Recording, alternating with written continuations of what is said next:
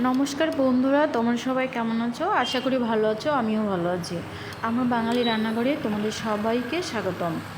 আজকে আমি তোমাদেরকে মিষ্টি কুমড়া আর রুই মাছের ঝোল করে দেখাবো। তো এখানে আমি সবজিগুলো আগে থেকেই কেটে ধুয়ে রেখে দিয়েছিলাম। তো এখানে যে রান্নার জন্য আমি কড়াইটা বসিয়ে দিয়েছি। কড়াইটা গরম হয়ে গেছে, এখন আমি তেল দিয়ে দিব। এই যে তেল দেওয়া হয়ে গেছে। এখন এখানে আমি জিরা আর কিছু কালো জিরা, তেজপাতা দিব।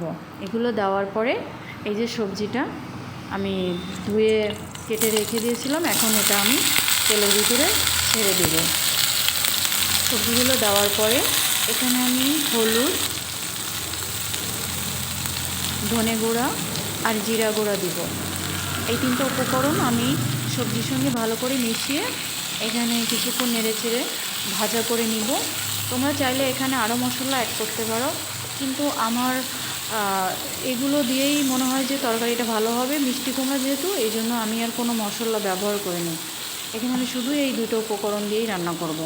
তো এই যে এখানে আমি কিছুক্ষণ পর পর একটু অল্প আছে, চুলার আঁচটা আমি কমিয়ে রেখেছি।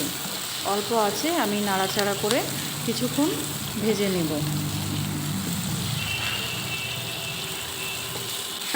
সবজিটা ভাজা করা হয়ে গেছে।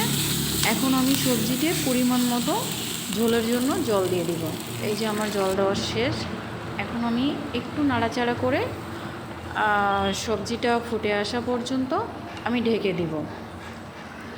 তো এই যে ঝোল দেওয়ার পরে আমি লবণটা দিয়ে দিয়েছি। এখন আমি ঢাকনা দিয়ে ঢেকে দিব কিছুক্ষণের জন্য, জলটা ফুটে আসা পর্যন্ত। তো এই যে আমি ঢেকে দিলাম। তো ঢেকে দেওয়ার পরে এখন দেখব আমি জলটা কত দূর ফুটছে। এই যে দেখো, জল ফুটতে শুরু করেছে। এখন এখানে আমি ভেজে রাখা মাছগুলো তরকারির ভিতরে দিয়ে দিব।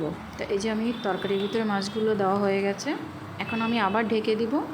এভাবে আমি ঢেকে দিয়ে কিছুক্ষণ পর পর রান্না করে নিব।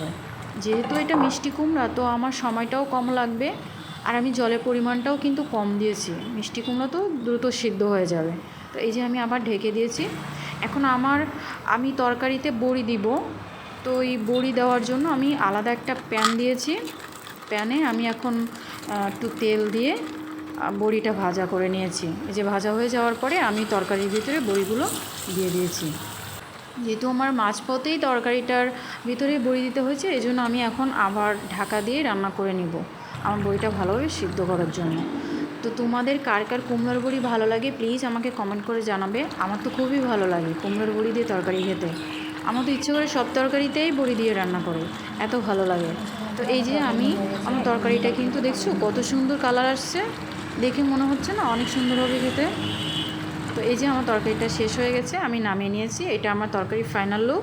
তো আমার ভিডিওটা যদি তোমাদের ভালো লাগে আমাকে প্লিজ কমেন্ট করে জানাবে, আর আমার চ্যানেলটাকে সাবস্ক্রাইব করে আমার পাশে থাকবে। তো আজকের মতো ভিডিওটা এই পর্যন্ত। সবাই ভালো থাকবে, সুস্থ থাকবে।